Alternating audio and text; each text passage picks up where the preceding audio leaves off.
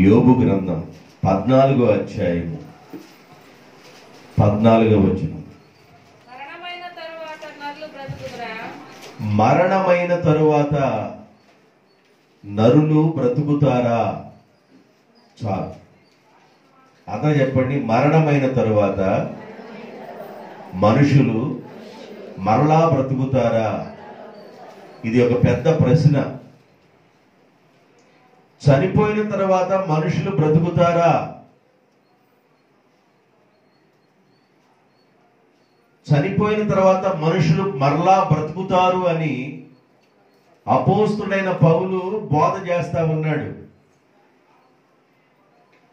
చనిపోయిన తర్వాత మనుషులు మరలా బ్రతుకుతారని అపోస్తుడైన పౌలు బోధ చేస్తూ ఉంటే అక్కడున్న ప్రజలు సద్దుకైలనే ఒక బ్యాచి ఏమన్నారంటే,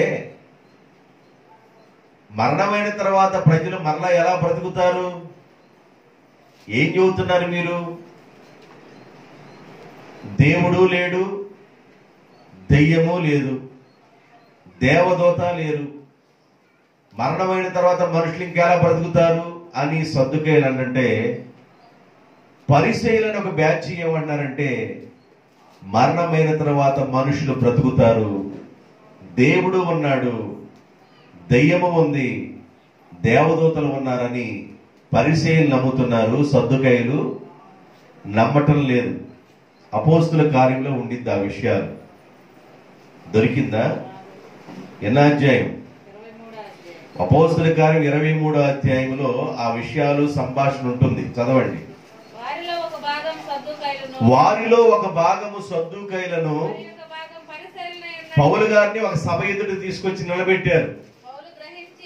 ఆ సభలో పౌలు కూర్చున్న ప్రజలందరినీ గ్రహించాడు. ముందు గ్రహించి ఒక భాగం పరిసయ్యులు ఉన్నారు, ఒక భాగం సద్దుకైలు ఉన్నారని సభలో నిలబడినప్పుడు గ్రహించాడు. ఎదురు కూర్చున్న వాళ్ళు వింటున్నారా వింటలేదా, అర్థమవుతుందా అర్థం కావట్లేదని చెప్పి నిలబడి మాట్లాడేవాడి గ్రహింపు కలగాలి. పౌలు అది గ్రహించాడు. గ్రహించి, సహోదరులారా, నేను పరిసయ్యుడను, పరిసయ్యుల సంతతి వాడను, మనకున్న నిరీక్షణను గూర్చి, మృతుల పునరుద్ధానమును గూర్చి నేను ఈ సభలో విమర్శించబడుతున్నాను.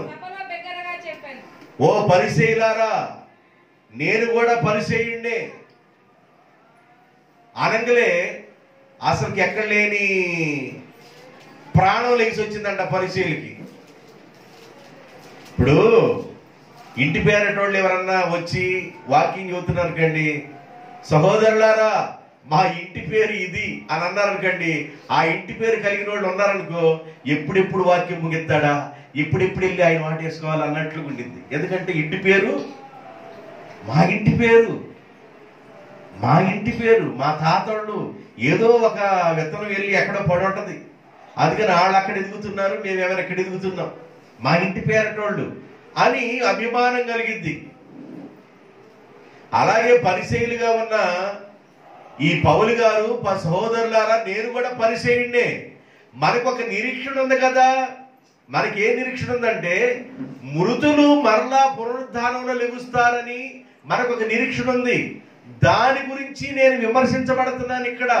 అందుకే ఈ సభ ఎదుట నిలబెట్టిన తలకి సద్దుకైలు పరిశీలి కూర్చున్న వాళ్ళు రెండు భాగాలు అయిపోయారు. అంటే పౌలు ఏం చేశాడంటే, ప్రజల నాడీ మండల వ్యవస్థని గ్రహించాడు.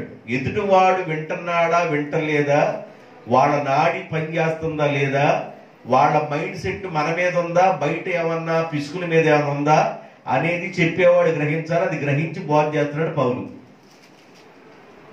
ఎప్పుడైతే రెండు భాగాలు అయిపోయారో ఈ సద్దుకైలు అనే వాళ్ళు వేశారు. ఎక్కడ మృతుల పునరుద్ధానం ఉంది? చనిపోయిన వాళ్ళు ఎలా బ్రతుకుతారు?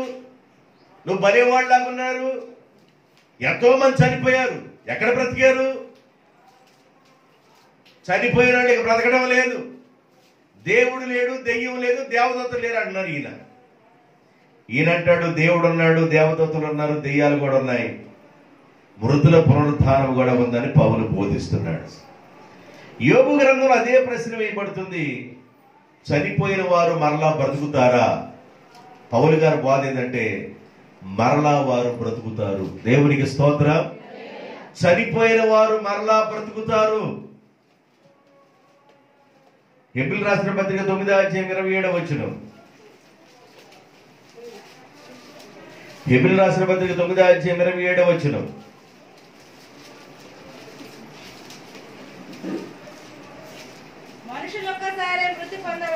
మనుషులు ఒక్కసారే మృతి పొందవలెనని నియమించబడెను, ఆ తర్వాత తీర్పు జరుగును. మనుషులందరికీ మరణం వస్తుంది. మనుషులు ఒక్కసారే మృతి పొందవలెనని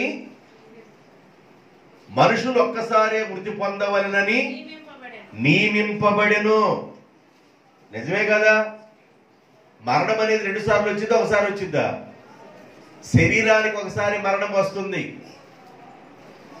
మరణము 3 రకాలుగా ఉండిద్ది. 1 శరీర మరణం, 2 ఆత్మీయ మరణం, 3 నిత్య మరణం. నిత్య మరణం అంటే ఇక శరీరంలో కానీ ఆత్మీయతలో ఉండే నిత్యము మరణం. మనుషులందరూ ఒక్కసారే మృతి పొందవలెనని నియమించబడి ఉంది. ఈ భూమి మీద ఉన్న మనుషులందరూ మరణిస్తారు. కానీ మరణించడానికి ముందుగా ఏమని ప్రార్థన చేసుకున్నాడంటే, ఒక భక్తుడుగా ఉన్న బిలాము, నీతిమంతులకు కలిగిన మరణము నాకు దయచేయ్యా.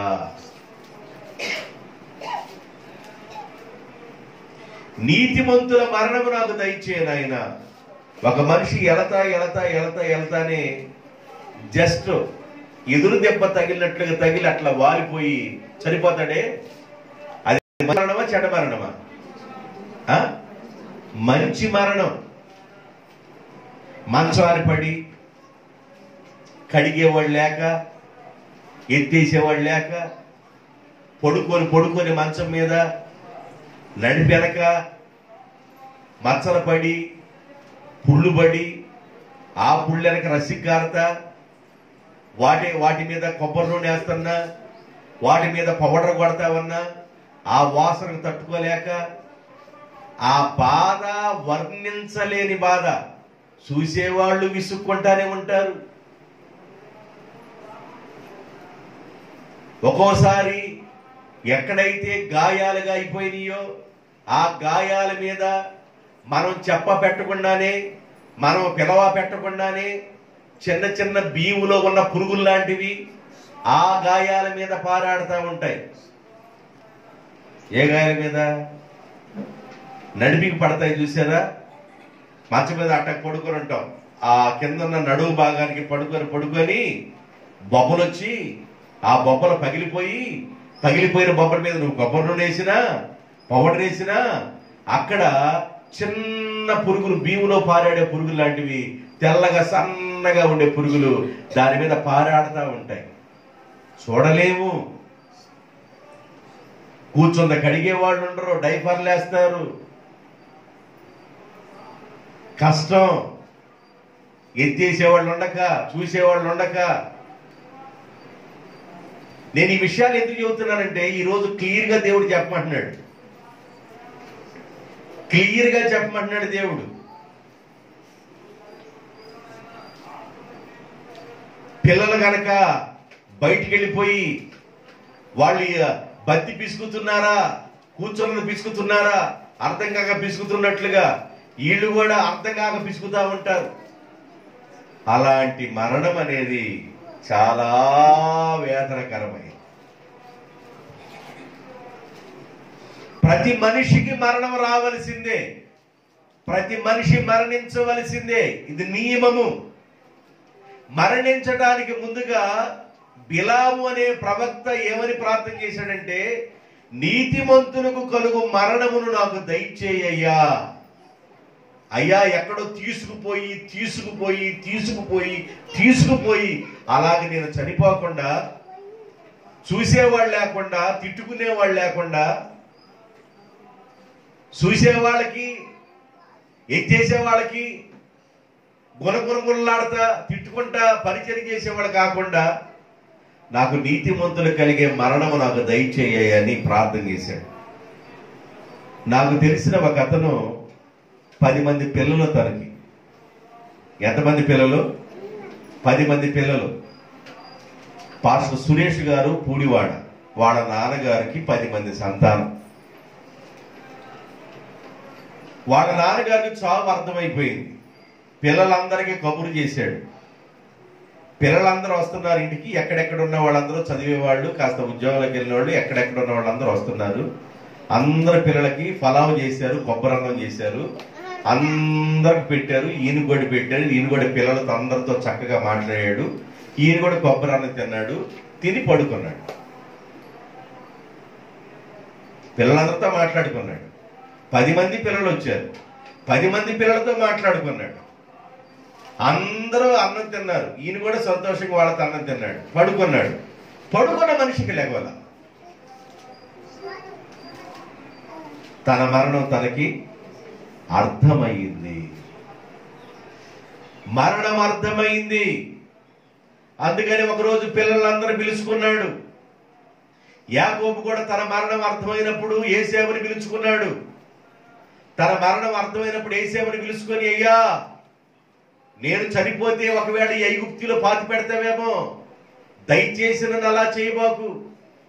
కష్టమైన, భారమైన, అది ఇబ్బంది అయినా నా శరీరాన్ని భూస్థాపన ఎక్కడ చేయాలంటే మా తండ్రి అయిన ఇస్సాకు, వాళ్ళ నాన్నగారైన అబ్రహాం ఎక్కడైతే పాతి పెట్టబడ్డారో, శారమ్మ ఎక్కడైతే పాతి పెట్టబడిందో, రిబకా ఎక్కడైతే పాతి పెట్టబడిందో అక్కడే నన్ను భూస్థాపన చెయ్యని ప్రమాణం చేయించుకున్నాడు యాకోబు కుమారుడి చేత.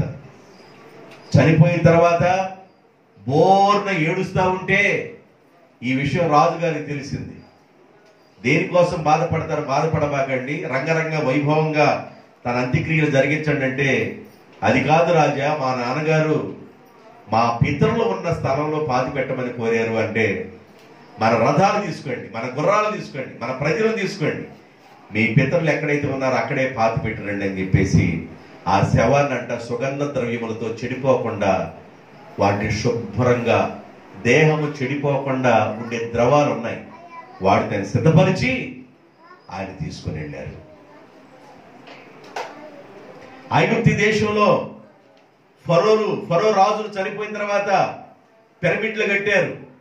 ఆ పిరమిడ్లలో ఇప్పటికీ ఎట్లాగున్నారంటే, చనిపోయినప్పుడు ఎలా ఉన్నారో శరీరం అట్లాగే ఇప్పటికి శరీరాలు అలాగే ఉన్నాయి. మమ్మీలు అంటారాళ్ళని ఎలా అలాగే ఉండిపోయినాయి.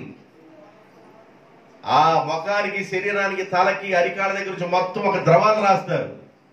అది కుళ్ళిపోకుండా, చెడిపోకుండా ఉండటానికి అలాగే ఉన్నారు. ఏంద్రా బాబు అంటే, ఒక రోజున లెగుస్తారు. కాబట్టి మనుషుడు ఈ భూమి మీద ప్రతి మనిషి చనిపోవలసిందే అని నియమించబడింది. అయితే భక్తులు చనిపోవటం అనేది దాని గురించి బైబిల్ ఏం చెబుతుందో 116వ కీర్తన 15వ వచనం. 116వ కీర్తన 15వ వచనం. యెహోవా భక్తుల మరణము దేవుని దృష్టికి విలువ కలిగినది. యెహోవా భక్తుల మరణము దేవుని దృష్టికి విలువ కలిగింది. చనిపోతారు, అందరూ చనిపోతారు. భక్తులు చనిపోతారు, భక్తులు కానివారు చనిపోతారు. అయితే భక్తుల మరణం ఎలాంటిదంటే, దేవుని దృష్టికి అది విలువ కలిగింది. భూమి మీద ఒక భక్తుడు మరణించాడు అంటే ఆ భక్తుల కోసం దేవుడు తన దేవదూతలను పంపిస్తాడు. వాళ్ళు చాలా భద్రంగా ఆత్మను తీసుకుని వెళ్తారు. వాళ్ళు భూమి మీద ఉన్న భక్తులు శ్రేష్ఠులు, కేవలం దేవునికి వాళ్ళు ఇష్టలు. భూమి మీద ఉన్న భక్తుల మరణం దేవుని దృష్టికి అది విలువైనది. ప్రతి మనిషి భూమి మీద చనిపోవలసిందే. ఒక్కడి గుర్తుపెట్టుకోండి, ఈరోజు దేవుడు ఈ పునరుద్ధాన దినాన్న ఒక మరణాల గురించి మాట్లాడుతున్నాడు. ప్రతి మనిషి భూమి మీద చనిపోతారు. చనిపోయిన తర్వాత చనిపోయిన భక్తుల మరణం దేవుని దృష్టికి విలువ కలిగింది. ప్రతి మనిషి చనిపోవలసిందని నియమించబడినది. కాబట్టి యోగు అంటాడు, మనిషి చనిపోయిన తర్వాత మరలా తిరిగి బ్రతుకుతాడా? మనిషి చనిపోయిన తర్వాత మరలా తిరిగి బ్రతుకుతాడా అంటే అపోస్తలుడైన పౌలు కొరింథీ సంఘానికి ఉత్తరం రాస్తుంటాడు. మొదటి కొరింథీయులకు రాసిన పత్రిక 15వ అధ్యాయము 22వ వచనం. మొదటి కొరింథీయులకు రాసిన పత్రిక 15వ అధ్యాయము 22వ వచనం. ఆదామునందు అందరూ ఎలాగూ మృతి పొందుచున్నారో అలాగే క్రీస్తునందు అందరూ బ్రతికించబడుచున్నారు. మొదటి ఆదాము ద్వారా మరణం లోకంలోకి వచ్చింది. క్రీస్తు మరణించి మరణపు ముళ్ళని విరిచి లేచాడు కాబట్టి క్రీస్తు ద్వారా మరలా పునరుద్ధానం కలుగుతుంది. మొదటి ఆదాము ద్వారా లోకములోనికి మరణం ఎలాగ వచ్చునో అలాగే క్రీస్తు యేసు ద్వారా పునరుద్ధానము కూడా వచ్చింది. కాబట్టి మనిషి ఈ భూమి మీద మరణించిన తర్వాత మరలా బ్రతుకుతారని యోబు గారు ప్రశ్న వేశారు. బ్రతుకుతారా?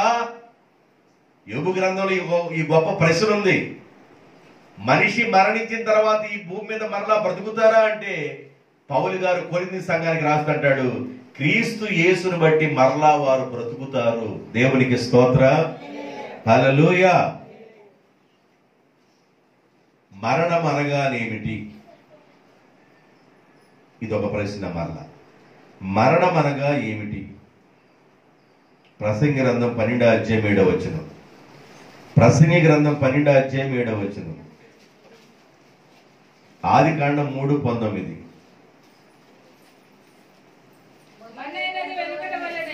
మొన్నైనది వెనుకటి వలనే మరలా భూమికి చేరును. ఆత్మ తాను దయచేసిన దేవుని యొద్దకు వెళ్ళిపోవును. అనగా మరణం అనగా ఎడబాటు కాలము. మరణం అంటే ఏంది? ఎడబాటు కాలము. మొన్నైనది వెనకటి వల్లే మొన్నైపోతుంది. లోపలున్న ఆత్మ దేవుని దగ్గర నుండి వచ్చింది కనుక మరలా ఈ ఆత్మ దేవుని దగ్గరికి వెళ్ళిపోతుంది. అంటే తిరిగి రాని లోకానికి వెళ్ళిపోతుంది. తిరిగి రాని ప్రైజ్ ది లార్డ్. తిరిగి రాని లోకానికి మరలా అది వెళ్ళిపోతుంది. మరణం అంటే ఎడబాటు కాలము. మరణం అంటే ఏంటంట? ఎడబాటు. మరణించారు అనగలే దాని అర్థం ఏంటంటే, కొంచెం పెడతాను, మరణించారంటే దాని అర్థం ఏంటంటే ఎడబాటు అని అర్థం. అంటే ఇక మనం కనబడం. మరణించిన వారికి మరలా కనబడటానికి వీల్లేదు. దాన్ని ఎడబాటు అంటారు. కొన్ని దినాలు కలిసి ఉంటాం. తల్లిదండ్రులకి కుమారుడు గాను, వయసు వచ్చిన తర్వాత భార్యకి భర్త గాను, వివాహమైంది కాబట్టి పిల్లలకు మరలా తండ్రి గాను, ఆ పిల్లలకు కూడా వివాహమైంది కాబట్టి తాతగాను, ఆ పిల్లలకు కూడా వివాహం అయితే ముత్తాత క్యారెక్టర్ ఆడి ఆ తర్వాత వెళ్ళిపోతాం. ఇక మరలా తిరిగి రాని దేశానికి వెళ్ళిపోతాం. దాన్ని ఎడబాటు అన్నాడు.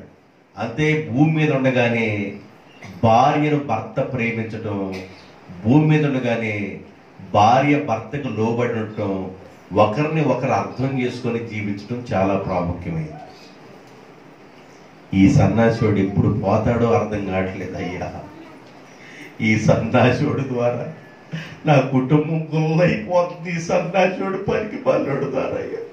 ఈ సన్నాసుడు దరిద్రుడు ఎప్పుడు పోతాడో నాకు తెలియదు అయ్యా. ఆడు పోతే మళ్ళీ రాడుగా.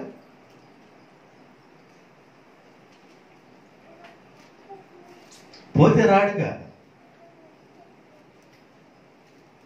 ఒకసారి అందరూ స్తోత్రం చెప్పండి, గట్టి చెప్పండి. మత్తులో ఉన్న వాళ్ళు చెప్పండి. రాక్ స్టడీ అయిపోయారు. మామూలు ఇంజిన్ మామూలు లేవు. ఆర్ఎస్పర్ ఇంజిన్లలో ఉంటాయి కొన్ని. మామూలుగా 3 అంగుళాలు పట్టడానికి 4 అంగుళాలు దారం వచ్చిందంట. మరి తినొచ్చిన ప్రాణాలు అనుకుంటాను చక్కగా ఊగుతున్నారు.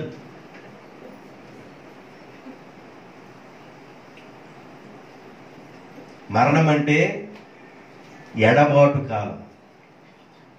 అందుకని జీవితంలో భార్యను భర్తను ప్రేమించడం, భార్య భర్తకు లోబడి ఉండటం, పిల్లలు తల్లిదండ్రులను ప్రేమించడం, తల్లిదండ్రులు పిల్లలను ప్రేమించడం. ఒక్కొక్కళ్ళు చెప్పే సమాధానం ఎట్లా చెబుతారో తెలుసా? పిల్లలు రెక్లెస్ అన్నమాట. ఆ సమాధానం మాట్లాడుకోకండి, రెక్లెస్ గా చెప్తారు. ఆడుకుంటారంట, పంపించమ్మా నానా. ఇక మళ్ళీ శబ్దం రాని, ఈసారి శబ్దం వచ్చిందనుకో నేనే ఆడిస్తా.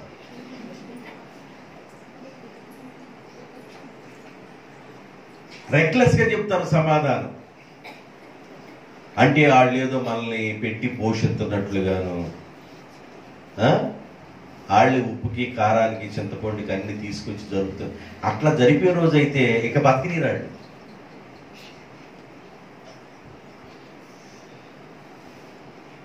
సమాధానం ఎంత కఠినంగా మాట్లాడతారంటే, నువ్వు ఈరోజు సెట్ అవ్వాలి. తల్లిదండ్రులతో మాట్లాడే సమాధానం చాలా రెక్లెస్ గా మాట్లాడతారు.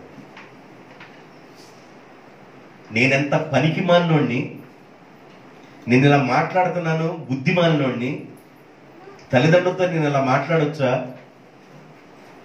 ఎంత ఎదవని నేను ఇలా మాట్లాడవచ్చు అనే జ్ఞానోదయం నీకు కలగాలి.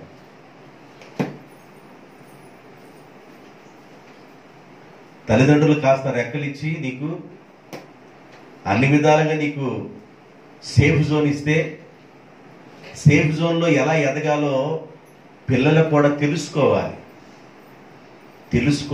జ్ఞానోదయం కలగాలి.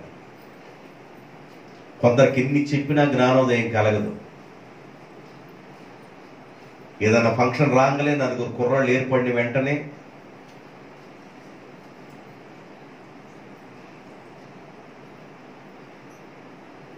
ఎన్నన్నా చెప్పు, ఎన్ని విషయాలన్నా బోధించు.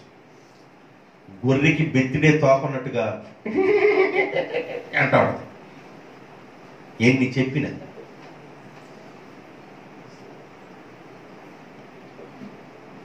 తల్లిదండ్రులకి ఉపయోగపడే బిడ్డలుగా ఉండాలి. కొంతమంది చెప్పిన మాట వినరు. బయట వాళ్ళకి అయితే బాగా మామూలుగా పంచదారేసి రెండో మాట నేను అనకూడదని చెబుతుంది.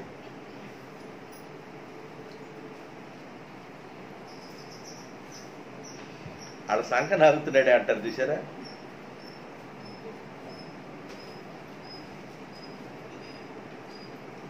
ఇంట్లో ఏదన్నా చెప్పానుకో,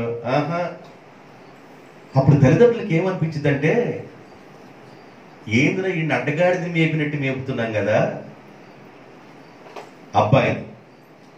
అమ్మాయిని చెబుతున్నా, దీన్ని అడ్డగాడిని మేపినట్టు మేపుతున్నాను కదా. దేన్ని? అమ్మాయిని అనండి. దేన్ని? వీడిని అడ్డగాడిని మేపినట్టు మేపుతున్నావు, దీన్ని ఏమైనా అడ్డగాడిని మేపినట్టు మేపుతున్నావు. ఏదైనా పని చెప్పగలే, ఓహో మరి ఎవరింటారు? ఎవరికి చెప్పాలి? ఈరోజు కిటికీకి, రేపేమన్నా తలుపుకి, ఆ తర్వాత దర్వాజులకి మనం అన్ని అట్లాగే చెప్పుకోవాలి.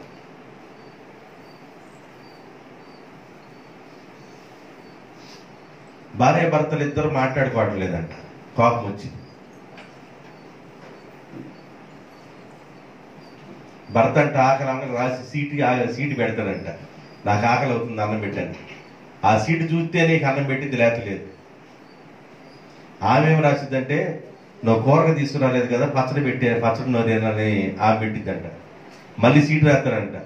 అప్పుడు గంట అయింది, ఈ లాలాజలం ఊరి మళ్ళీ వెళ్ళిపోతుంది. పచ్చడ పెట్టంటాడంట. ఇక పెట్టింది. ఇట్లా మాట్లాడుకుంటా ఉన్నారంట. ఒకరోజు ఆయన ఉద్యోగస్తుడు, మరి ఆయన జలసాలు ఎక్కువ, ఆయన డబ్బు ఆయనకే సరిపోదు, కుటుంబానికి ఖర్చు పెట్టింది జలసాలు ఎక్కువ. నాకు ప్రమోషన్ రాబోతుంది, రేపు 6 గంటలకల్లా లేపు నన్ను అని సీటు పెట్టాడంట. ఆమె 6 గంటలకల్లా లేచి 6 అయ్యిందని రాసి సీటు పెట్టిందంట. ఎవరు మాట్లాడుకోరు వాళ్ళిద్దరు. మళ్ళీ 7 గంటల కొట్టగలి 7 గంటలకు సీట్ రాసిందంట. 7 అయింది, నిద్ర లేకపోయింది, ఇంకా సీటే, ఈ నిద్రలోనే ఉన్నాడు. మళ్ళీ 8 గంటలకు సీట్ రాసిందంట. 8 అయింది, దరిద్రుడు లే అని పెట్టిందంట. మళ్ళీ లెగవల్. 9 గంటల సీట్ రాసిందంట. 9 అయింది, లెగవని. ఆఫీస్కి ఎన్ని గంటలకు వెళ్ళాలంటే 9 గంటలకు వెళ్ళాలంట. 9 గంటలకు కూడా లేవాల. 7 నుంచి గంట వెళ్ళాలంట. ఆయన ప్రమోషన్ వచ్చే టైం అంట అది. ఈ టయానికి వెళ్ళకపోతే ముందున్న వాళ్ళకి ఇస్తారంట అది. కాబట్టి ఈయనకి 9:30కి మెలకం వచ్చిందంట. 9:30కి మెలకం వచ్చి నన్ను 6 గంటలు లేపమని చెప్తే నువ్వు 6 గంటలు లేపలేదేందని సీటు పెట్టాడంట. 4 సీట్లు కనపడాయంట అక్కడ. 6 గంటలు రాసిన సీటు, 7 గంటలు రాసిన సీటు, 8 గంటలు రాసిన సీటు, 9 గంటలు రాసిన సీటు. ఈ 4 చూసుకొని అయ్యో 4 సార్లు రాసి పెట్టిందే. సీటు రాసి పెడతాం మంచిదా లేకపోతే లేపటం మంచిదా? ఏమంటే లెగవని మరి మాట్లాడుకోవట్లేదుగా. మాట్లాడుకున్నప్పుడు సీటేగా, సీటు రాసి పెట్టుకోవటమే కదా. కొంతమంది కుటుంబాలు అంతే, మోకమొద్దులు. మోక మనసులోనే వచ్చింది ఈ మధ్య, మోకమొద్దులు, మాట్లాడుకోరు. రే పెద్దడా వెంబనన్న వేసిరమ్మను, దానికి చెప్పొచ్చుగా. వెంబన అన్నం వేసిరమ్మని పెద్దడా. మరి నేను చెరుకుపల్లి వెళ్తానే కానీ కందిపప్పులు ఏమంటుంది ఎత్తుకొస్తారని చెప్పి పెద్దోడా. మధ్యలో పెద్దోడు ఎందుకు? పెద్దతో మాట్లాడు, సమస్య లేకుండా పోయిందిగా. నేను ఈ విషయాలను ఎందుకు చెబుతానంటే మరణించిన తర్వాత మాట్లాడుకో. మరణించిన తర్వాత మాట్లాడుకో. ఎడబాటు కాలం అది. మొన్నైనది వెనకడ వలె మన్నైపోవును, ఆత్మ తాను దయచేసిన దేవుని దగ్గరికి వెళ్ళిపోవును. అది ఎడబాటు కాలం అది. ఒక్కసారి గాని ఈ శరీరంలో ఉన్న ఆత్మ గాని బయటకు వచ్చిన తర్వాత ఇక మరలా మాట్లాడుకోవటానికి లేవు, చూసుకోవటం లేదు, చెప్పుకోవటం లేదు, సీట్లు రాసి పెట్టుకోవటం లేదు, ఇకేముండు. ఈ భూమి మీద బ్రతికుండగానే చక్కగా అమ్మాయి, అబ్బాయి, పెద్దోడా, చిన్నోడా, పెద్దమ్మాయి, చిన్నమ్మాయి, అమ్మ, నాన్న ఇక్కడే ఉండగానే చక్కగా మాట్లాడుకోవాలి. కొంతమంది నోరు తెలిసి నాన్న కూడా నాన్న అనరు. ఇదిగో నీ బాబుని పుట్టుకుని నాన్న అనరు. నాన్న అనటానికి అలా నీ నోరేమైపోయిందిరా? నాన్న పట్టుకుని నాన్న కూడా అనరు కొంతమంది. నాన్న ఇదిగో నాన్న ఆ పని చెప్పావు నాన్న, చేసి వచ్చాను నాన్న. ఏందు ఈడు సొమ్మేమన్నా ఇచ్చినట్టుగాను, లేకపోతే సరిహద్దురాళ్ళు ఆడరాళ్ళు తీసి ఈడురాళ్ళకి వేసినట్టుగాను పెద్ద ఫీలింగు. నోరారా నానా అని పిలిచి సమాధానం చెప్పొద్దు. ఒక ఆయన అన్నాడు 9 నెలల తల్లి మోసిందంట, 5 సంవత్సరాల తండ్రి మోయాలంట. 9 నెలల తల్లి మోసి భూమి మీదకి పంపిస్తే పిల్లోడిని ఆడికి 5 సంవత్సరాలు వచ్చిందాక తండ్రి మోయాలి. ఆడి బాధ్యతలు మొత్తం. తండ్రి విలువ అర్థం కావద్దా? ఏదన్నా గాని అమ్మ బండిలో పెట్రోల్ అయిపోయింది, అమ్మ ఏరు జరక్కాయలు తినాలనిపించింది, అమ్మ కడుపులో నొప్పి వచ్చింది, వామోటర్ ఇయ్యమ్మ, అమ్మ ఇక పొద్దాక అమ్మే బొమ్మే, ఇక మీ బాబుతో పని లేదు నీకు? మీ నాన్నతో పని లేదా? మీ నాన్నతో నువ్వు మాట్లాడవా? అమ్మ అమ్మ అమ్మ ఆడికి ఏడుతానే అమ్మ అని ఏడుపుతూ పోతాడు, ఆడు పోతా అమ్మ అని ఏడుపుతూనే పోతాడు. తండ్రి ఎంత కష్టపడుతున్నాడో, తండ్రి కష్టపడి తీసుకొచ్చి అమ్మ చేసి పెట్టేది. మా నాన్న ఎంత కష్టపడుతున్నాడు, మా నాన్న కష్టం ఏంటి? మా నాన్న నన్ను ఇంతవరకు పెంచి పెద్దోడు చేశాడు, మా నాన్నకి నేను ఎంత కృతజ్ఞత కలిగి ఉండాలి. మా తల్లిదండ్రులు నాకు ఇచ్చిన జన్మను బట్టి నేను వాళ్ళకి ఎంతైనా రుణస్తుడు. నువ్వెంత విధేయత చూపించాలి తల్లిదండ్రులకి. ఎడబాటు కాలం వచ్చిన తర్వాత ఎవడు ఏ విధేయత చూపడానికి అవకాశము లేదు.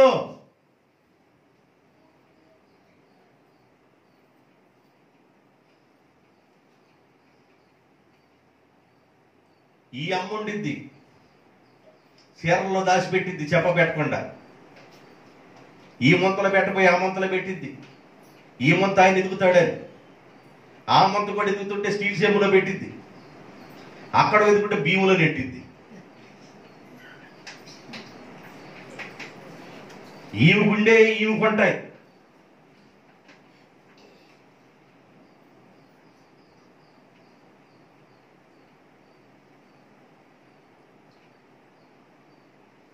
నాకు అవసరం నానా అని నోరు తెలిసి తండ్రిని అడగరు. నాకు 400 అవసరం కానీ అమ్మ 400 ఏమంటే ఇక ఈ మళ్ళీ ఈయన సాగాల. ఏమంటే 400 అంటే అబ్బాయికి కావాలంట. 400 కావాలని అబ్బాయి తండ్రిని అడగొద్దా? అడగడా?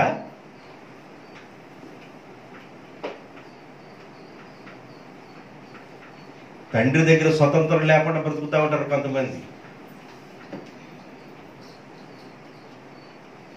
ఆ కంటి చూపు కూడా నెరీతిగా చూడరు తండ్రికి వెళ్ళి. ఏదో నిన్న మొన్న జైలుకి వెళ్ళి వచ్చినట్టు చూస్తారు. నిన్న మొన్న జైలు చేసి వచ్చినట్టుగా తండ్రికి వెళ్ళి కూడా నిరీతిగా చూసి చక్కగా మాట్లాడరు.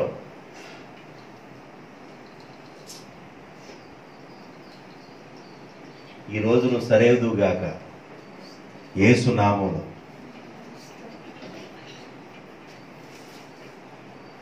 ఎడబాటు వచ్చిన తర్వాత నువ్వేం మాట్లాడతావు? దరిద్రంగా, దరిద్రుడు అనలేక. ఒకడ తండ్రికి నీకు ఎడబాటు వస్తే ఇంక నువ్వెవరితో మాట్లాడతావు? మరణము అనేది ఎడబాటు కాలము. మరణం అనేది ఏంది? ఎడబాటు కాలం. ఎడబాటు కాలం వచ్చిన తర్వాత నానా ముద్దు పెట్టుకోవటం నొసుల మీద. ఎప్పుడు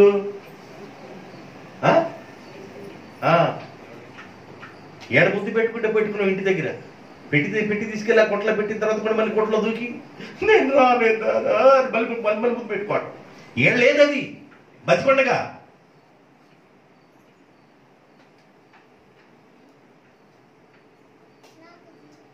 బతికొండగా తండ్రిని అసలు నోరారా పలకలిచ్చిన విధానం లేదు. తండ్రితో చక్కగా కలిసి మాట్లాడే విధానం లేదు. తండ్రితో సహవాసం చేసే విధానం లేదు. మళ్ళీ ఒక యాక్షను. ఈ మధ్యలో కూడా అంటాడు, అయ్యా కళ్ళం దగ్గర దించేవు నాయన, ఇప్పుడు కళ్ళం దగ్గర 3 సార్లు తిరిగి నానా ఏమనాలంట? మా నాన్న పిల్లమన్నారు, నేను పిల్లన్నాడు, లేతలేదు ఎంతలేదా.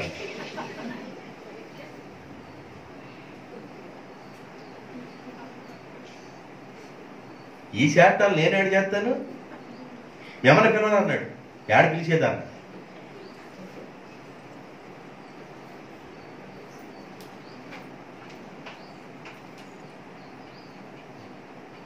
ఒకవేళ లేచి దానికి భుజం మీద తీసుకుని ఇంటికి తీసుకురాలేదుగా.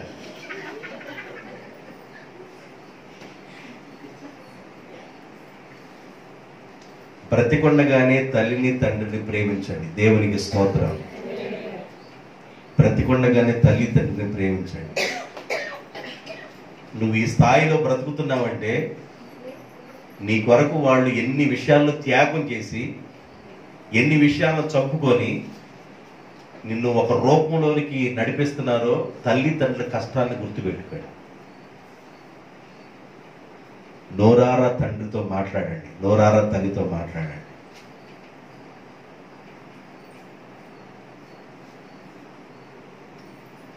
మరణం అంటే ఎడబాటు కాలము. మరణం అంటే ఏంది? ఎడబాటు కాలం. 3వ అధ్యాయం చెప్పాను కదా, 19వ వచ్చిన ఆదికాండం అని. నీవు నేలకు తిరిగి చేరు వరకు నీ ముఖము చెమట కార్చి ఆహారము తిందువు. ఏలయనగా నేల నుండి నీవు తీయబడితివి, నీవు మన్నే గనుక తిరిగి మన్నైపోదువు. అనగా ఈ మట్టి శరీరం మరలా మట్టి అయిపోతుంది. దాన్ని ఎడబాటు కాలము అన్నారు. ఏ కాలం అంటండి? ఎడబాటు కాలము. కుమారుడు ఏదన్నా తప్పు చేస్తున్నప్పుడు తండ్రి సరిచేసి చెప్పాలి. తండ్రి చెప్పకపోతే కూడా తండ్రిది లోపం 100% ఉంటుంది, చెప్పాలి. అలా ఉండకూడదు, ఇలా ఉండు, ఈ విధంగా ఉండకూడదు, ఈ విధంగా ఉండు, అది నీ జీవితానికి ఆశీర్వాదం, క్లియర్గా చెప్పాలి. చెప్పేటప్పుడు వాళ్ళకి ఆపరేషన్ చేసినట్లుగా ఉండిద్ది. మా బాబు అన్ని విషయాల్లో నన్ను కోత కోస్తున్నాడని. నీ కోత కోస్తే ఆపరేషన్ చేస్తే నువ్వు బ్రతుకుతావురా, అందుకని చెప్తారు. ఆపరేషన్ చేసి గడ్డ దిగిపోతే బ్రతకం, కడుపులో గడ్డ పగిలిపోతే చచ్చిపోతాం. అందుకని ఆపరేషన్ చేస్తాడు తండ్రి, చెప్తాడు. తప్పైంది తప్పని చెప్తాడు, మంచి అయితే మంచి అని చెప్తాడు. ఇట్లా ఉండబాకి ఇట్లా ఉండి, ఇట్లా ఉండబాకి ఇట్లా ఉండి, ఉంటే నీకు ఆశీర్వాదం. మరణమైన తర్వాత మనిషి మరలా తిరిగి బ్రతుకుతారా? పౌలు గారు కొన్ని సంగతులు చెప్తాడు. ఆదామునందు అందరూ మరణిస్తూ ఉన్నారు, క్రీస్తునందు అందరూ లేపబడుతున్నారు, బ్రతికించబడుతున్నారు, బ్రతుకుతారు. పరిశీలన నిరీక్షణ అదే. ఈరోజు ఎందుకో దేవుడు ఈ పునరుద్ధాన దినాన్ని మరణాన్ని గురించి మాట్లాడమన్నారు. జాగ్రత్తగా వినండి. మరణము ఒక మనిషికి ఏ టైములో వస్తుందో తెలియదు. బిలాం అంటాడు, నీతిమంతునికి కలిగిన మరణము లాంటి మరణము నాకు దయచేయ్యా. ఏదో మంచాన పడిపోయి పురుగులు పడి, ఒకవేళ అలాగ రసికి గారుతూ పుళ్ళు పడి, ఆ కోణంలో ఒకడు చూసేవాళ్ళు లేక, ఎత్తేసేవాళ్ళు లేక, పాసు పట్టేవాళ్ళు లేక, ఆ పక్కంతా కప్పు పడతా ఈ కోణంలో కాకుండా, ప్రభువా నేను నీతో ఆరోగ్యంగా ఉండగానే నీ దగ్గరికి వచ్చే భాగ్యం దయచేయని. అంతకంటే గొప్ప విషయం ఏముంది?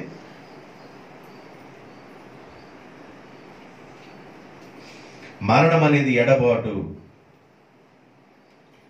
రెండవది, మరణం అనేది లోకులందరూ పోవలసిన మార్గం. అది మరణం అనేది ఏంది?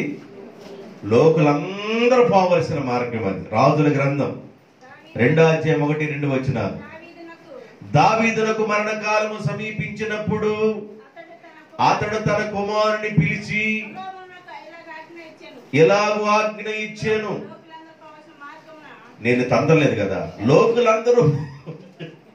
లోకులందరూ పోవలసిన మార్గమున నేను పోవచ్చున్నాను. కాబట్టి నువ్వు ధైర్యం తెచ్చుకొని నిబ్బరము కలిగి నీ దేవుడైన యెహోవా నీకు అప్పగించిన దానిని కాపాడి ఆయన మార్గమును అనుసరించుము. అప్పుడు నువ్వు ఎక్కడ తిరిగినా ఏ పని కోరుకున్నా సక్సెస్ఫుల్గా ఉంటావని చెప్పాడు. మరణం అనేది ఒకటి ఎడబాటు కాలము, రెండోది మరణం అనేది లోకులందరూ పోవలసిన మార్గము. అందరూ అదే మార్గాన్ని వెళ్ళిపోవాలి. అతడు ధనికుడైనను, అతడు ఘనత కలిగిన వాడైనను, పేరు ప్రఖ్యాత కలిగిన వాడైనను, అతడు రాజైన, సామాన్యుడైన, దీనుడైన, దరిద్రుడైన, భాగ్యవంతుడైన వాడు ఎవరైనా లోకులందరూ వెళ్ళవలసిన మార్గంలో వెళ్ళాలి. లోకులు వెళ్ళవలసిన మార్గము మరణం. ఎడబాటు కాలము మరణం. రెండోది తిరిగి రాని మార్గం అంట మరణం. మరలా తిరిగి రాని మార్గము మరణం. యోబు గ్రంథం 16వ అధ్యాయం 22వ వచనం. యోబు గ్రంథం 16వ అధ్యాయం 22వ వచనం. 16వ అధ్యాయం 22వ వచనం. ఇప్పుడు చదవాలి. కొద్ది సంవత్సరములు గతించిన తరువాత తిరిగి రాని మార్గమున నేను వెళ్ళుదును. చాలు. కొద్ది సంవత్సరాలు గడిచిన తర్వాత, కొద్ది సంవత్సరాలు అంటే అది 10 కావచ్చు, 15 కావచ్చు, 50 కావచ్చు, 70 కావచ్చు, 80 కావచ్చు. కొద్ది సంవత్సరములు గడిచిన తర్వాత మరలా తిరిగి రాని మార్గమున నేను వెళ్ళిపోతాను. మరణం అనేది ఎడబాటు కాలము. మరణం అనేది లోకులందరూ వెళ్ళవలసిన మార్గము. మరణం అనేది తిరిగి రాని మార్గము. మరలా తిరిగి వచ్చి, రే నానా నేను భూమి మీద ఉండగా చెప్పాను కదరా, నా మాట వింటే బాగుండేది కదరా, నా మాట లోబడితే బాగుండేది కదరా, ఇలా బ్రతికితే బాగుండేది కదరా అని మరలా తండ్రి వచ్చి నీకేమి చెప్పు. తల్లి వచ్చి నీకేమి చెప్పదు. తండ్రి చెప్పడు, తల్లి ఎవరు చెప్పడానికి లేదు. ఇక భూమి మీద ఉన్నప్పుడే తల్లి చెప్తారు, తండ్రి చెప్తారు. చెప్పిన మాటను వినాలి. బైబిల్ ఏం చెబుతుందంటే తల్లిదండ్రులు చెడ్డవాళ్ళు అయి ఉన్నా కూడా తమ పిల్లలకు మంచి మార్గమును నేర్పించాలని ఇష్టపడతారు. తల్లి చెడ్డది కావచ్చు, తండ్రి చెడిపోయినోడు కావచ్చు. తల్లి చెడ్డదైనా తండ్రి చెడ్డోడైనా తన పిల్లలు ఒక మంచి మార్గంలో ఉండాలని ఏ తల్లి అయినా తండ్రి అయినా ఇష్టపడతారు. ఈ భూమి మీద ఉండగా వాళ్ళు చెప్తారు, అలాగుండబాకయ్యా, ఇలాగుండరా. ఈ భూమి మీద నువ్వు ధన్యుడివి, గొప్పవాడు కావాలంటే, నా దేవుని ఆశీర్వాదం పొంది ఈ భూమి మీద నువ్వు గొప్పవాడు కావాలంటే ఎలాగుండని కొన్ని జాగ్రత్తలు చెప్తారు. చెప్పిన మాట విన్నవాళ్ళు, లోబడిన వాళ్ళు ధన్యులవుతారు. దేవునికి స్తోత్రాలు. మాట విన్నవాళ్ళు, లోబడిన వాళ్ళు. మాట వినకుండా పెడజీవుని పెడతారు కొంతమంది. పెడజీవుని బట్టి ఒకవేళ తండ్రిలో ముందు దాటిపోయి, ఒకవేళ తల్లిలో ముందు దాటిపోయిన తర్వాత అప్పుడప్పుడు గుర్తొచ్చి నిద్రలోనైనా ఏడ్చుకుంటా, ఒకవేళ రాత్రి 1 గంటకి మెలకువ వచ్చి వాళ్ళ నాన్న ఆయన కోసం చేసిన కార్యాలు, వాళ్ళ అమ్మగారు ఆ బిడ్డ కోసం చేసిన కార్యాలు గుర్తు చేసుకొని ఒకవేళ గంట ఎక్కులు పెట్టి ఏడ్చి ఆ తర్వాత పడుకొని మళ్ళా 10 రోజుల తర్వాత తల్లి గుర్తొచ్చో, మళ్ళా 10 రోజుల తర్వాత తండ్రి గుర్తుకొచ్చో, వాడు నిన్ను పెంచిన ప్రేమ గుర్తుకొచ్చో, మళ్ళా ఎక్కులు పెట్టి ఒక గంట ఏడ్చిన తర్వాత ఇక ఆ ప్రయోజనం ఏమి లేదు. బ్రతికుండగానే తల్లితో తండ్రితో ప్రేమగా ఉండటం నేర్చుకోండి. బ్రతికి ఉండగానే, ఈ భూమి మీద ఉండగానే నీ తండ్రితో తల్లితో ప్రేమగా మాట్లాడటం నేర్చుకో. నీ తల్లి తండ్రి చెప్పే మాట వినటం నేర్చుకో. ఏదో నువ్వు ఒక మాట చెప్పావు, వినపడలేదు, మరలా అడిగారు అనుకో, అలా చెప్పటం లేవు మా జీవితంలో. మరలా చెప్పటం లేవు. అదే ఒక్కసారే పెద్దరాయుడిని నేను ఒకసారి చెప్తాను, ఒకసారి చెప్పి 100 సార్లు చెప్పినట్టు నేను మరలా చెప్పం. ఇక మేము వినపడలేదు అనుకో, లేదా నువ్వే సీనియర్ అయిపోయి మీ నానే జూనియర్ అయ్యి నీవే సీనియర్గా పెద్ద వ్యవహారం చేసేవాడుగా అయినట్లుగా నువ్వు ఒక మాటలో చెప్పగలే, ఈయన ఒక మాటలు అర్థం చేసుకోలేదు అనుకోండి, అర్థమవుతాడు చెప్పు. నేను చెప్పను అంటే ఏంది నీ వ్యవహారం? ఏంది అసలు? నువ్వేంది అసలు? నువ్వేంది? నీ వ్యవహారం ఏంది?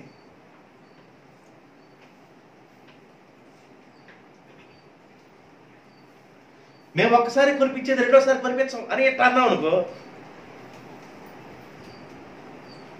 ఏమవుతావు?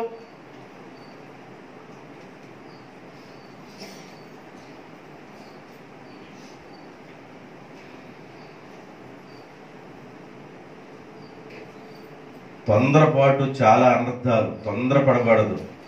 నువ్వు తొందరపడకూడదు. తల్లి తండ్రితో మాట్లాడేటప్పుడు చాలా ప్రశాంతంగా మాట్లాడాలి. అంత టెంపరు, అంత టెన్షన్ అవసరం లేదు. మరి ఇతరులతో మాట్లాడేటప్పుడు కూడా అలాగే మాట్లాడాలి.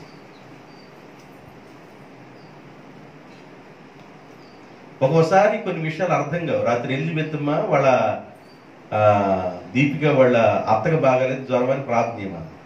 నాకేం అర్థమైందంటే దీపిక జ్వరం తగ్గించుకోవాలని ప్రార్థన చేసి కళ్ళు తెరిచిన తర్వాత దీపిక కాదు నాయన, వాళ్ళ అత్తకి నాయన.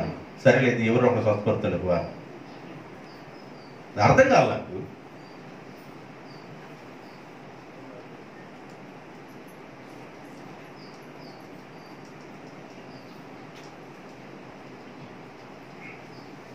ఎందుకో దేవుడు ఈరోజు నాతో మాట్లాడారు. ఇది మాట్లాడమని క్లియర్గా అరమరక లేకుండా మాట్లాడుతున్నాను. అంటే ముక్కు మొహం లేకుండా మాట్లాడుతున్నారంటారు చూసారా? పౌలు గారు కూడా అదే మాట్లాడాడు. ఒకసారి కొన్ని సంఘంతో మాట్లాడుతుంటాడు, అరమరక లేకుండా మాట్లాడుతున్నానని. మరణం అనేది ఎడబాటు కాలము, అది లోకులందరూ వెళ్ళవలసిన మార్గము, అది తిరిగి రాని మార్గము.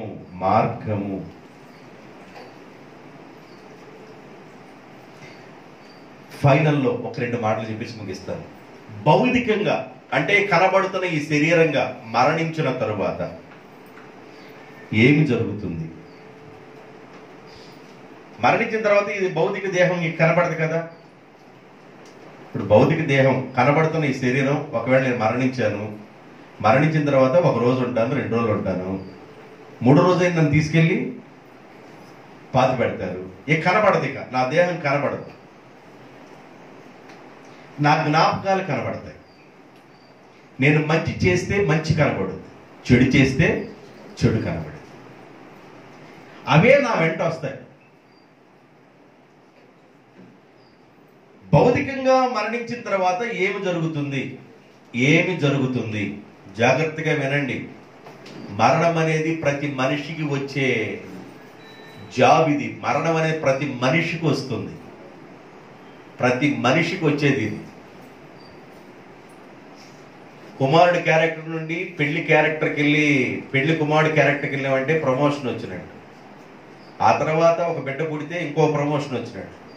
ఆ బిడ్డకు కూడా పెళ్లి అయిన తర్వాత తాత ప్రమోషన్ వస్తుంది. ఏ ప్రమోషన్ వచ్చింది? ప్రమోషన్లు పెరగటమే. మొత్తాత ప్రమోషన్ వచ్చిందాక ఉంటే ఉండొచ్చు, ఊడితే ఉండొచ్చు. మొత్తాత ప్రమోషన్ ఒకవేళ వచ్చిందనుకోండి, ఇక మొత్తాత తర్వాత ఇంకే ప్రమోషన్ ఉంటుంది. ఆ తర్వాత ప్రభు పిలిపే. భౌతికంగా మరణించిన తర్వాత ఏం జరుగుతుంది? దానియేలు గ్రంథం 12వ అధ్యాయము 2, 3, 4 వచనాలు. దానియేలు గ్రంథం 12వ అధ్యాయము 2, 3, 4 వచనాలు. మరియు సమాధులలో నిద్రించు అనేకులు మేలుకొనెదరు. కొందరు నిత్య జీవము అనుభవించుటకును, కొందరు నిందల పాలగుటకును, నిత్యముగా హేయులగుటకును లేపబడుదురు. మేల్కొందురు. బుద్ధిమంతులైతే ఆకాశ మండలములోని జ్యోతులను పోలిన వారై ప్రకాశించెదరు. నీతి మార్గమును అనుసరించి ఎంతమంది అనేకులు నీతి మార్గం నడిపిస్తారో వారు నక్షత్రములను పోలియుండును. ఎన్నో వచనం అది? 4వ వచనం. దానియేలు ఈ మాటలను ఆఖరి దినాల వరకు ఈ గ్రంథమును ముద్రించుము. చాలా మంది నలుదిశల సంచరించినందున చాలు. ఈ చదవబడిన లేఖన భాగంలో భౌతికంగా మరణించిన తర్వాత ఏమి జరుగుతుంది అని అంటే, నిందల పాలగటానికైనా ఆ తీర్పులోనికి, లేదా ఒకడు మంచి చేస్తే మంచిని బట్టి, చెడు చేస్తే చెడుని బట్టి లేపబడతాం. దాన్ని బట్టే బైబిల్ దానియేలు గ్రంథంలో అంటాడు, ఒకవేళ నీతి మార్గం అనుసరించి ఇక్కడ నడిస్తే, ఒకవేళ బుద్ధిమంతులుగా ఇక్కడ ఉంటే మీరు ఆకాశంలో జ్యోతులుగాను నక్షత్రాలుగా ఉంటారు. కాబట్టి ఇక్కడే నీతిని అనుసరించండి. ఇక్కడే ఈ భూమి మీద ఒకవేళ 40 సంవత్సరాలు, 50 సంవత్సరాలు లేదా 70 సంవత్సరాలు ఉంటాం. నీతిలో ఉండటం నేర్చుకోండి. కొంతమందికి గ్యాంబ్లింగ్ మాటలు ఎక్కువ.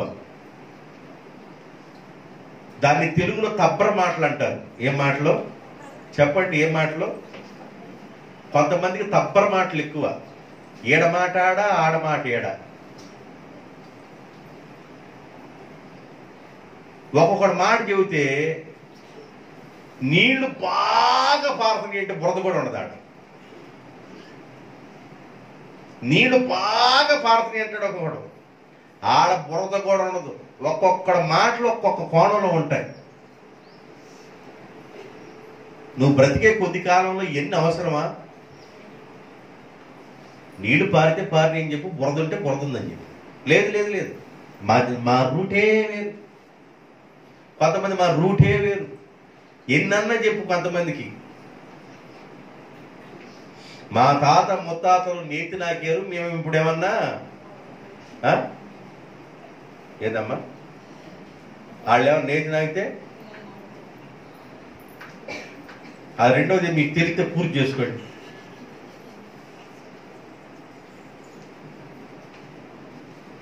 అవసరమా? మా తాత ముత్తాతలు లేదు నాకేరు, ఇవన్నీ మనకు అవసరం. మనం ఎట్లా ఉన్నాం, మన కుటుంబానికి మనం ఎలా ఉన్నాం, దట్స్ ఆల్. ఏ స్థితిలో నుండి దేవుడు నిన్ను ఏ స్థితిలో నడిపిస్తున్నాడు. దేవుడు ఎప్పుడు దరిద్ర స్థితిలోకి దీనస్థితిలో తీసుకెళ్ళడు.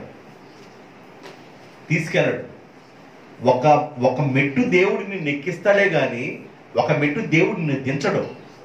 ఉన్న మెట్టు మీద నిలబెడతాడు కానీ డౌన్ చేయడు దేవుడు.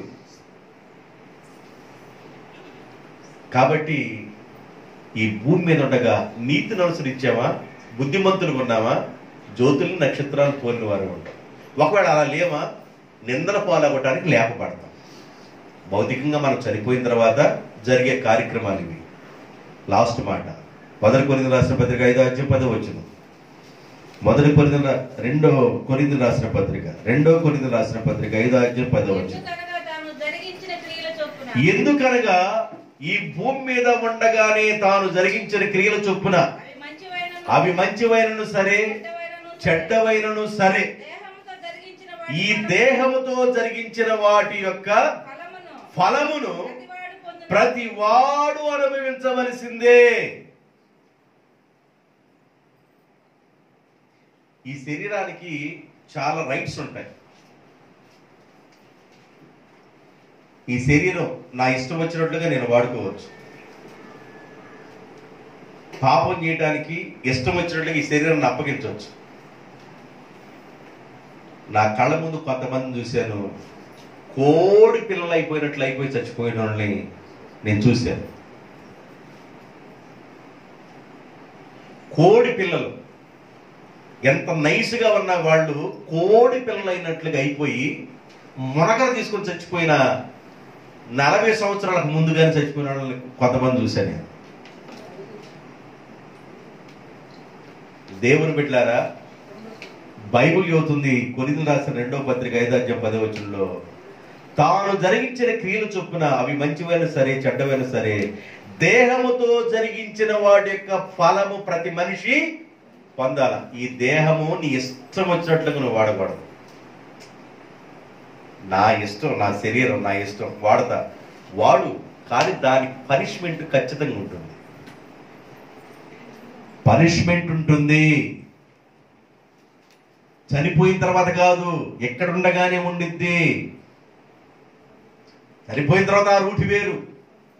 ఈడ బ్రతికుండగానే ఆ శరీరంలో ఉండగానే పనిష్మెంట్ ఉంటుంది. తాను జరిగించిన క్రియలు చొప్పున మంచివైన సరే చెడ్డవైన సరే ప్రతి మనిషి వాటి యొక్క ఫలాన్ని పొందాలి. నేను వాక్యాన్ని ముగిస్తున్నాను. మరణమైన తర్వాత మనిషి మరలా బ్రతుకుతారా? పౌలు గారు అంటున్నాడు, బ్రతుకుతారు. క్రీస్తుని బట్టి వాళ్ళు బ్రతుకుతారు. మరణం అనేది ఎడబాటు కాలము. మరణం అనేది లోకులందరూ పోవలసిన మార్గము. మరణం అనేది తిరిగిరాని మార్గము. మరణించిన తర్వాత కొంతమంది నిందల పోలగొట్టడానికి లేపడతారు, కొంతమంది దేవుని చేత బడా అని అనిపించుకోవడానికి లేపడతారు. ఈ దేహములో ఉండగానే తాము జరిగించిన క్రియలు చొప్పున ప్రతి మనిషి ఫలాన్ని పొందటానికి లేపబడుతున్నారు. ఈ విషయాలు గుర్తుపెట్టుకోండి. ఈ రోజున యాక్చువల్గా లీలా సుబ్బారావు గారు చనిపోయిన రోజు అనేది నాకు తెలియదు. నేను ఏం చెప్పాలి ఈరోజు అని ఆలోచిస్తుంటే మరణాన్ని గురించి ప్రకటన చేయమని నేను దేవుని ఆత్మ ద్వారా బోధించబడ్డాను. కాబట్టి మరణం గురించి ప్రత్యేకంగా ఈరోజు మాట్లాడుతూ ఉన్నాను. మనం అందరం చనిపోతాం. చనిపోయే వ్యక్తులకి ఎలాంటి మరణాలు సంభవిస్తున్నాయో తెలియదు. కానీ భక్తుడు ఒక ప్రార్థన చేసుకున్నాడు, నీతిమంతులకు వచ్చే మరణం లాంటి మరణం నాకు దయచేయ. ఒకవేళ మంచం బట్టి ఒకవేళ ఉంటే చూసేవాళ్ళు లేక, ఎత్తేసేవాళ్ళు లేక, పట్టించుకునేవాళ్ళు లేక నా పరిస్థితి దారుణంగా ఉండిపోయిందేమో. ఎవరి పరిస్థితి ఎలా ఉండిందో తెలీదు.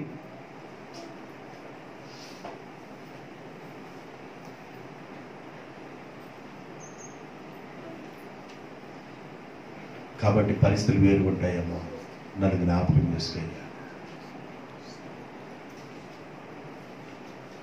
ఆరోగ్యంగా ఉన్నప్పుడే, పళ్ళు తవ్వుతున్నప్పుడే ఎదుటోళ్ళు నిలబడలేకపోతున్నారు వాసనకి. పళ్ళు తవ్వుతుంటేనే. మంచంలో ఉన్న తర్వాత 10 రోజులకు ఒకసారి తవ్వి వాడి పరిస్థితి ఏంది? వాళ్ళ దగ్గరికి వెళ్ళి ఏమైనా మాట్లాడతామా? శరీరం ఎంత కంపుదో అర్థం చేసుకోండి.